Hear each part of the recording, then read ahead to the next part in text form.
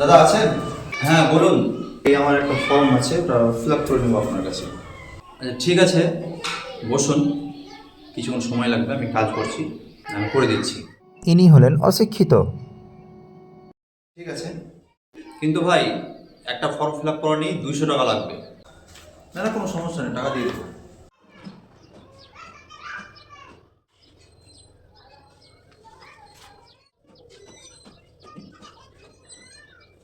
কাগজপত্রগুলো নিয়ে এসছেন তো? দেন দেখি। ইনি হলেন শিক্ষিত।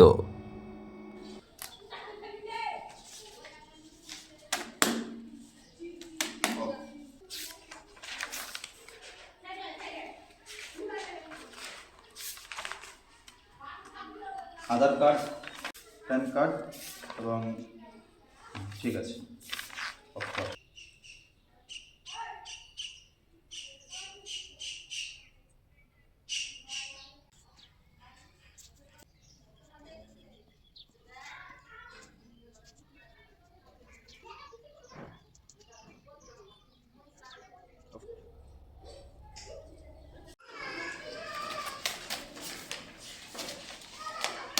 নেন, হয়ে গেছে।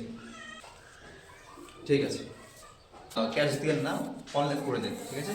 ঠিক আছে, ঠিক। আসি তাহলে।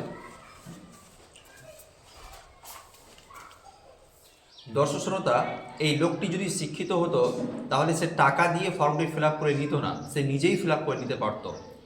টাকাও লাগলো, সময়ও লাগলো।